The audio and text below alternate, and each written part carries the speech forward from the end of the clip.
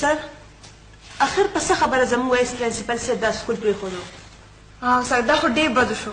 سر وائس प्रिंसिपल साहब क्यों स्कूल छोड़ गए हैं؟ په خبره پوهېدل کرتا ہے خبره باندې یو شل ځل ویل کیته چې دا مسله ته تقریر کا سر په پښتو کې خبره کوي مس مریم په پښتو پوهېږي. تا دعا پکار ده په انګریزۍ کې دله پوه کړم دله په انګریزۍ کې اخر د 15 شتمې خو مالک پاتې شوم څه ګپ خو نه دی قدم داواله.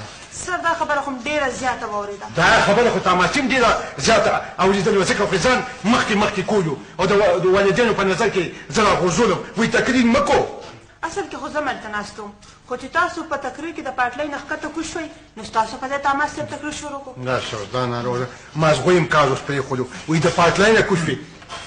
ای مس څه نومې دی زرینې یو تپوس ته کوم ولې موږ په ریلوې سټیشن کې تقریر کولو چې زه د پاټلۍ نه کوز شوم. سر دا هغو په سیټ وکار و څوک کوي؟